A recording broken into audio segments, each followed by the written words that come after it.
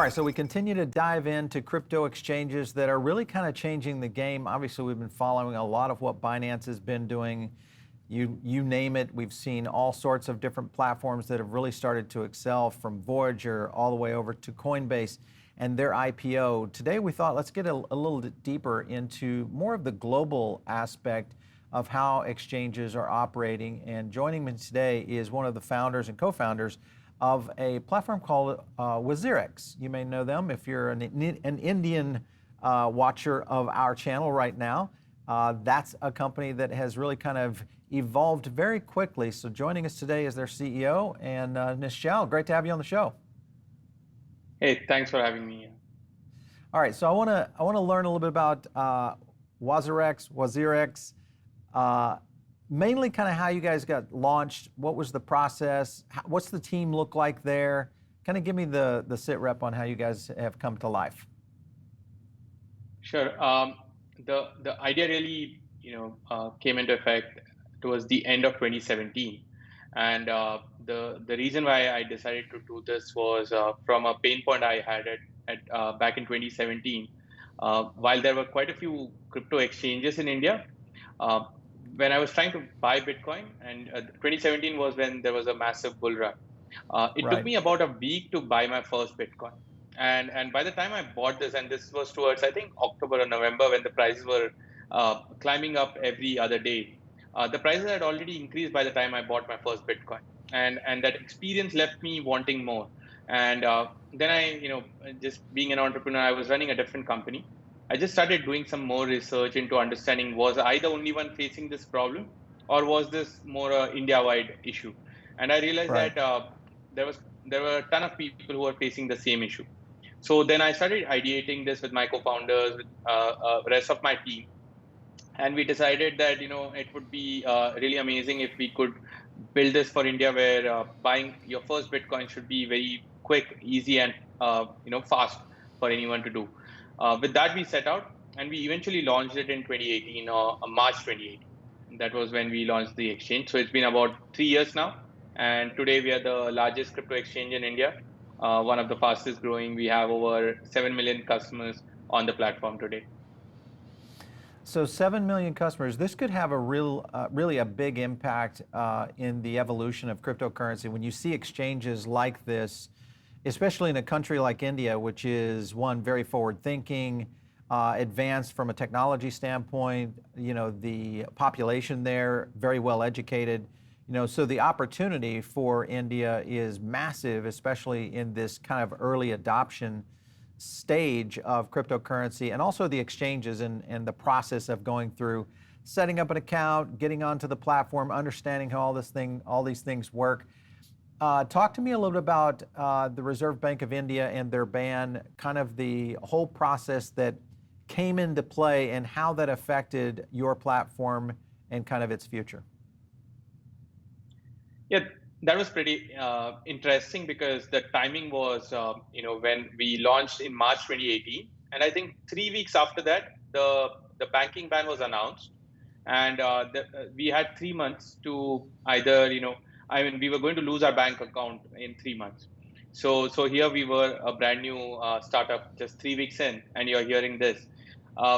What was happening around that time because of this restriction or banking ban was a lot of the incumbents, the ones who were there for a long time, they started deciding either to shut down or to leave the country and start somewhere else. We decided that while there's a banking ban, it's not illegal to trade in India in crypto, or it was not illegal to hold crypto. So why not devise a solution where we could still operate without having a bank account? That's where we built a peer-to-peer, sort of way for people to buy and sell crypto. And that sort of became our, I would say, a stepping stone into growth, because here we were brand new, an exchange just launching, and then we had this amazing solution that people in India, and after the ban came in, this was probably the first option available. So everyone jumped into the exchange, and that's what set our growth from there. So really kind of it was a blessing in disguise, in the sense of just being able to adapt, kind of apply some engineering and move into kind of a new model for what WazirX would be eventually rolled out into. I'm kind of curious, when you look at the total addressable market there, at least in India, 7.2 million, or I think is your customer count right now. What do you think the market potential is in India for cryptocurrency in, say, the next 5 years in terms of customer count? So as on today, we have about, I think, 17 to 18 million customers in India. I mean, the potential target, where we have 7 million of them, but that's the market size. And if you look at the growth, I think about 3 years ago, we had about 3 to 4 million people in India who are into crypto. So it's grown Right. about 3x. And I would still say that this happened during the bear market of 2018, 2019, and the good phase of 2020, 2021. The next 3 to 5 years, I think this is going to accelerate even further. And I won't be surprised if India crosses about 70 to 80 million, and maybe 100 million on the more positive side. But 70 to 80 is a more conservative number that I believe India will definitely hit. Uh, a few reasons. The topmost being that India is a country of a lot of young people, and like for example, our data itself, we have about 65% of our 7 million customers are below the age of 35, and that's a large demographic in India. So I Right. won't be surprised 70 to 80 million customers. Do you feel like that, kind of that uptake in terms of customer growth would happen, I guess, in two things, because we have two markets that are kind of evolving one right now. Some people still speculate this is the end of a bull run that we're still in. That's one of our speculations. That could roll into those typical bear markets, which I still am a little bit curious as to whether or not we're going to see a bear market this time around. Obviously, we'll see one with Bitcoin just because of the availability and the price access, price movement. But with a lot of the other platforms, protocols, the NFT products, the DeFi projects that are out there, and then you have just so many different tokens that are being traded that really don't have a lot of bearing on something that is, a proof of work, model like what Bitcoin is on. Do you feel like this is going to give you guys an opening or a window to really kind of accelerate your growth on into the next bull run, 2023 and 24? Absolutely, and in fact, I think you brought up a good point. 2017, compare that to this time around. You have a Yep. lot more, I would say, diversification in the whole crypto ecosystem, and Hmm. NFTs are a large part of that. And what we are seeing is it's still very early days of NFTs, but NFT will lead to even greater adoption, I believe, compared to, let's say, traditional crypto, because crypto was confined to people who were into finance and investments, and Right. NFT sort of opens up the market, uh, where you're coming in for the art, you're coming in to support a lot of artists that you believe in, or you're just coming for consumption of these media that is being sold. So I think the next 3 to 5 years is sort of going to be where, whether it's a bull market or a bear, I think the adoption curve is going to go up, where the number of Yeah. new people coming in is just going to bubble up and keep growing, I believe. Yeah, I think that's our argument, is that the evolution, and you get to a critical mass point of adoption at some point in the stage, and I think we're very close to that now because, one, mainstream media has really picked it up. Obviously, channels like ours and many others have really started to roll up, and we're seeing just ridiculous growth on these kinds of consumption of content, mostly around the education side. So getting education from guys like you and understanding what the markets are doing internationally is very important. So I do think that we are going to see quite a different model in terms of our growth, which really kind of puts you guys in a perfect position because you've got the right kind of audience in terms of age demographic, interest, education, all those kind of things. You guys could be like, though, maybe in the top 5 exchanges in the world within the next few years. How will you be able to, and I guess, are you going to look at maybe expanding outside of your core Indian market there? I would never say never, but I think there's just so much, like you rightly said, there's so much of potential in India right now, and Right. I do believe that that whole hockey stick growth that is possible. I think we are probably at that inflection point where this Yep. might really take off in India, and I think focusing on the India market is important, and we have quite a few work ahead of us. It's not a smooth road because the number one is regulation. while we Yep. won the case against the RBI ban in 2020, but I think there's still a lot of regulatory uncertainty in the country. So clearing that, then the education, and then there's still a lot of myths. But fortunately, the media has come to understand a lot of this whole ecosystem. So we are seeing some good, I would say, educational materials coming out in the media, but there's still a ton of potential in the country. So I wouldn't want to venture out right now and just focus and just double down on this market. Do you see this as, I mean, if you look at this and when you think about your roadmap and you say, okay, these are the challenges that we need to overcome in the next, 2 years, 3 years. Regulatory issues obviously is one, but I feel like India has seemed to have opened up a little bit in terms of one, understanding cryptocurrency and in general just digital assets. Do you feel like there is a little bit more open water there in India in terms of accepting of where this protocol is going? Look, I think India is traditionally a software nation. If you look at our last 10, 15 years of growth, software has been the reason. So while there exists myths and misunderstanding around crypto, I think the general consensus is that India will adopt this rather than stay away, because India understands that the rest of the world is already competing in crypto and we cannot stay away from it. Now, what direction and what will be the process for that? I think that is unclear. Will it Yeah. be a straightforward path to regulation, or will there be a lot of back and forth? But the good thing is this year we've heard some good statement, like our finance minister, for example. She said that India will take a calibrated approach towards regulation. So that's a good sign. And I think over the next few months, we're going to see much more clarity around regulations, which will push adoption in India to a large extent. Yeah, for sure. Okay, so let's talk about Binance. Binance, of course, has been in the news for, almost every headline, seems like every day. One country is dealing with it. I know CZ is working on a new executive team to try to roll out. How did the Binance acquisition come about? What was the process, and how does it affect you guys in terms of your growth?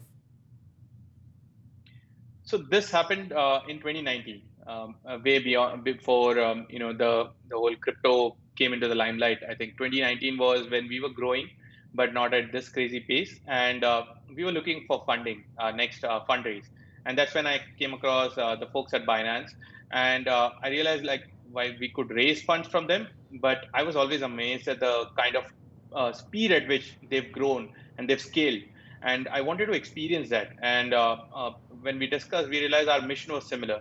Binance wants to make sure that they can spread adoption of crypto around the world, and our mission is to ensure that we can get crypto adopted in India.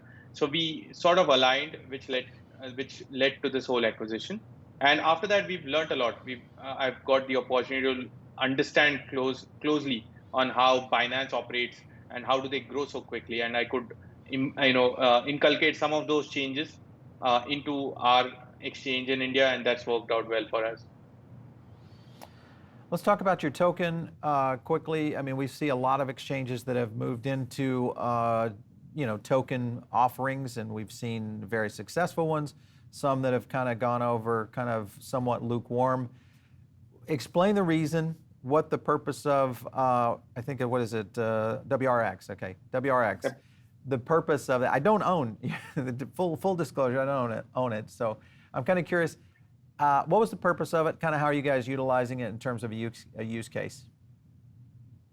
Sure. I think you're right. Right now, a lot of exchanges have it, but back in 2018, when we were launching, the objective was I look at crypto and I realized that every product that's going to be built on crypto has this advantage over the other non-crypto products is you can have these tokens and you can distribute it to your early customers, your users, to sort of get them to be a part of your product.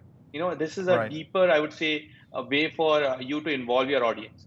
And we made sure we could do that. So we launched our token even before we launched the exchange as an airdrop program, where if you were an Okay. early adopter, you could get it. And then slowly we've been building use cases. Use cases ranging from getting discounts on trading, getting early airdrops of new tokens that list on our exchange, to now we just launched our NFT platform, which is decentralized, where you can use a token to purchase NFTs. We're also going to launch a decentralized exchange where you can then use this token as well. So the idea is to keep building an ecosystem around it, But the initial reason was we wanted to involve our user base, our community with us, and that's how we really launched this. All right, Nischal. Okay, so I like it. I like that aspect of being able to utilize it, as a vehicle for growth, and definitely on the idea of rewarding your top users, things of that nature. I want to talk about this kind of this shift we've seen in the ecosystem of, I won't call it a workplace shift, but around the world, obviously with what's happened in the last 2 years, people are just utilizing digital and online services in a completely new way. Obviously, cryptocurrency has become somewhat of an income generating, much like day trading. I mean, if you think about how the day trading era kind of exploded, I almost look at where cryptocurrency is happening right now around swing trading and things of that nature. What are your thoughts on that? Because India has a lot of very innovative people, entrepreneurial, they're probably looking at 15 ways to make money. And cryptocurrency is definitely in the bullseye of those. Do you feel like this trend is going to continue on, or do you think we'll see a top end on this right now? I think it's just getting started. The first most important thing about crypto, if you think about it, it's 24/7. Yep. What does that mean is I don't have to quit my job to be involved. I might have a lot of free time early in the morning or late in the night. And a lot of people, they sleep late. So they look at this as that extra income stream without sort of compromising on your existing income. And that's a great, I would say, advantage that crypto has to offer. The second most important thing is what we've seen in the whole pandemic is people have a lot of free time on their hands because they're sitting at home, working from home, and you got nothing else to do. So people are trying to learn new subjects, and crypto happens to be one of those top ones. Why? Because it's a discussion everywhere in every home. Everyone wants to learn Yep. about crypto. Everyone wants to talk about it. So that has pushed a lot of people in India to learn crypto, and then they naturally just progress to investments. So I think it's just getting started, and I believe this is going to be one of those which, while it's a financial instrument, it's going to be in the hands of maximum people, not like a niche Yeah. where only those who understand it are going to get into it. I think everyone wants to learn about it. Everyone wants to be educated. It's more like the internet rather than, I would say, the financial instruments that exist. I think you hit on something very interesting too that we've noticed just around, and I've been studying internet consumer adoption over the last few decades, and just kind of why technology seems to kind of migrate certain, I won't call them certain age demographics, but to an extent, even though Gen X and maybe even to a certain extent some of the like the boomers, when we look at the US population, but I see a global adoption of crypto, much to like what you're talking about. And it is a very interesting topic that has been somewhat addictive, almost like gaming combined with the internet, combined with finance, and you've got a whole new process of how cryptocurrency is exploding around the world, which I think is going to be a continued, movement. But you guys are doing something that is kind of unique, which I think more and more, platforms should be doing in that, and that is going to the educational side. So I know you guys have a TV show there in India that you are doing crypto education, you're doing webinars, things of that nature.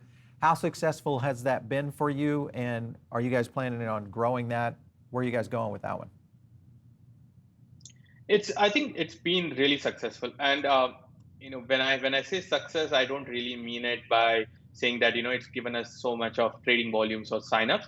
I think it's been successful, and if you look at the crypto community in India, the growth of the community, the growth of the ecosystem, the kind of information it has been able to pass on, the right information, busting of myths, a lot of confusion existed around crypto in India. And we decided that instead of just focusing on, let's say, user acquisition and our trading volumes, we could focus on ecosystem building. So that's what we've been doing. And the good thing is, when you focus a lot on ecosystem building, your companies automatically benefit because the market gets more educated. The market Right. understands what are the right kind of products to use. So we focus on that, and that's worked beautifully, and we intend to double down on it. Yeah, I like to see it. I think this is going to be the future of crypto, because we're going to have probably about a decade of time here that we need to educate, several hundred millions of people in kind of this evolution, and then it's going to kind of move out from there. But I think obviously it's an ever-changing ecosystem in terms of technology. If you just look at NFTs, their late entry onto the market and people trying to understand how NFTs work. Now, I understand you guys are going into some alternative platform aspects and services. How does NFTs, how is that going to roll out on your platform? How are you guys doing an OTC and also a DEX? Kind of talk to me about some of those other products. Sure. I think the NFT, the reason why we got into that is India has a ton of influencers, lots of them, and they Right. have each of them has their own set of followers, and we see NFT as that amazing extension to an education program, and one where you don't have to be the only one educating, but each of these influencers, you just get them to understand NFTs, crypto. They automatically then disperse this learning to their set of followers online. And I think this is going to be that massive educational drive where NFT is just a medium for people to understand and get into crypto. And then from there, I think people can just self-learn. We look at NFT as an initiation program for a Yeah. wide variety of people who otherwise would not be interested in, let's take, for example, financial education. But Right. because this is NFT, it's so much fun, they want to learn about it. Yeah. The second part was the decentralized exchange. So we are going to launch a decentralized exchange. And a lot of times I get the question, you have a centralized exchange, where do you want to go decentralized as well? The reason is we want to build what our customers ask for.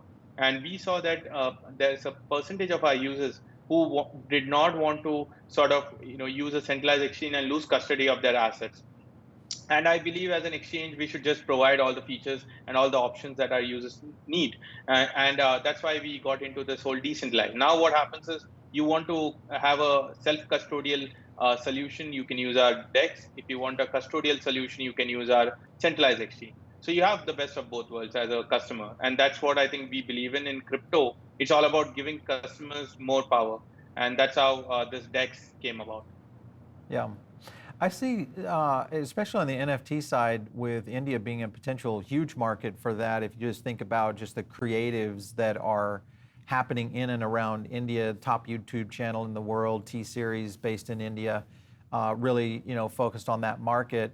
What a great opportunity that would be for creators to really kind of ramp into NFTs. Are you working with any NFT companies or NFT projects, or are you maybe even looking at getting into NFT projects yourself?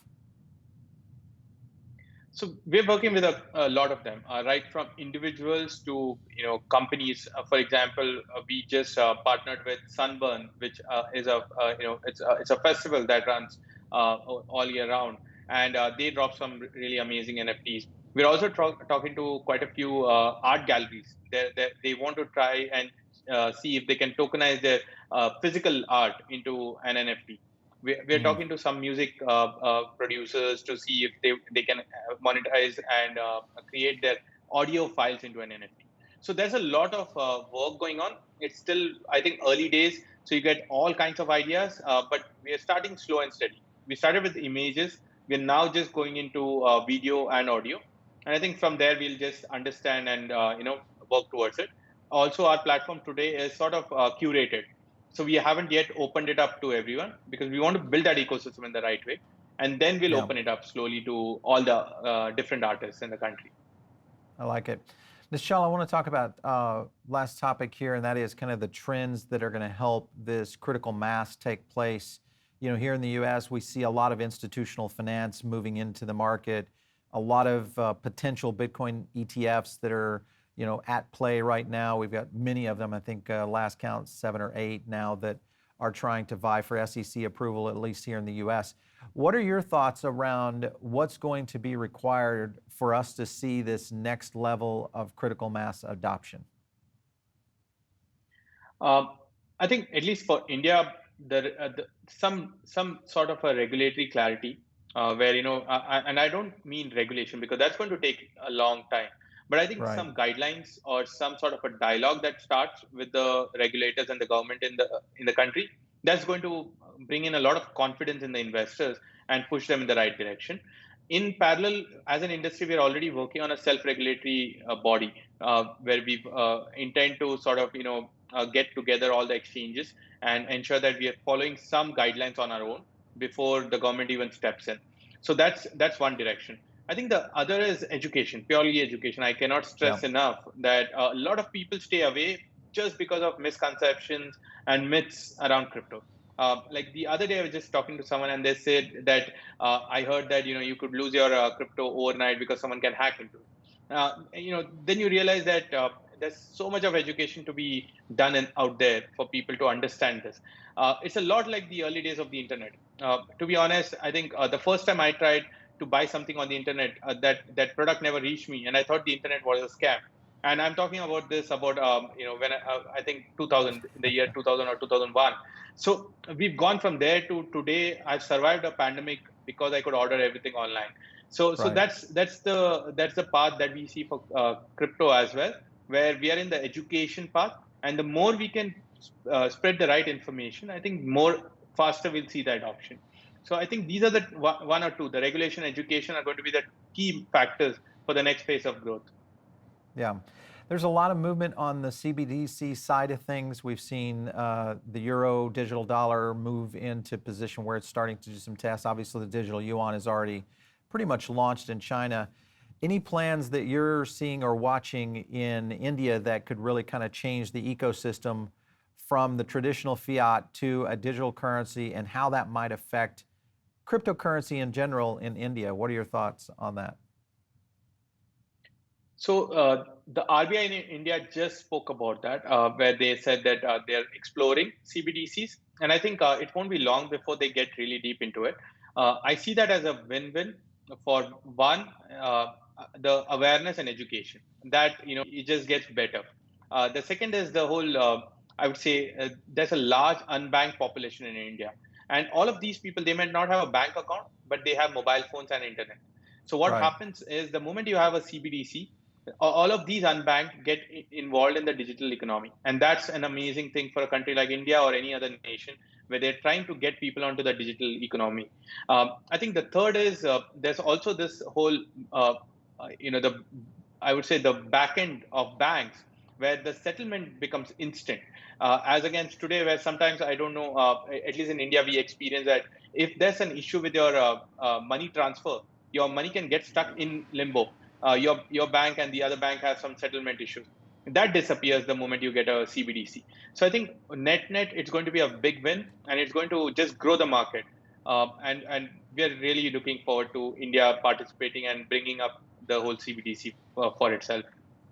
Yeah, I just see that as, I agree with you. I think it is going to be a win-win when we do see a digital currency kind of move into place. And we've talked about this on the show a lot, about kind of the unbanked population. If you think on that on a global stage, I mean, we're talking, especially in the third, I won't call them third world, developing countries that are out there. If you look at South America, some countries in the Middle East, I mean, that have really got an opportunity here to kind of move into this next era, especially if we get a world digital currency potentially there, or even to some point of a reserve currency that could go to an e-wallet, will be very interesting to watch. Nischal, Shetty, great to have you on the show. Thanks so much for stopping in. We appreciate your time. Thanks a lot for having me on the show, Paul.